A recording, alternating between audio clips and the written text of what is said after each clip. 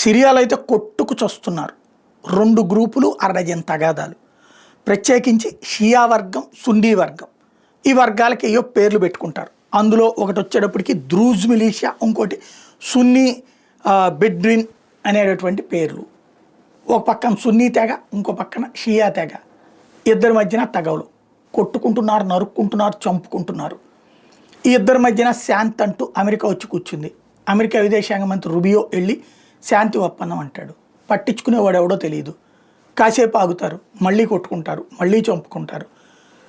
అక్కడ అమెరికా జోక్యం, రష్యా జోక్యం, ఇజ్రాయెల్ జోక్యం, అలాగే ఐఎస్ఐఎస్ గ్రూప్ ఒకటి, ఇట్లా షియాల గ్రూప్ ఒకటి, సున్నీల గ్రూప్ ఒకటి, ఒక్కొక్కళ్ళు టర్కీ గ్రూప్ ఒకటి ఉంటుంది. ఇన్ని గ్రూపులతో ఒక దేశం ఎట్లా నడుస్తుంది? విద్య ఉండదు, ఉద్యోగం ఉండదు, ఉపాధి ఉండదు, కొట్టుకు చస్తూనే ఉంటారు. అక్కడున్న ఆయిల్ నిల్వల్ని అమెరికా వాడు వాడుకుంటానే ఉంటాడు, రష్యా వాడు కొంత తింటానే ఉంటాడు. ఆ డబ్బులతోనే ఈ తీవ్రవాదులు బతికేస్తూనే ఉంటారు. ఇది ఇలాంటి దేశాల్లో దౌర్భాగ్య పరిస్థితి.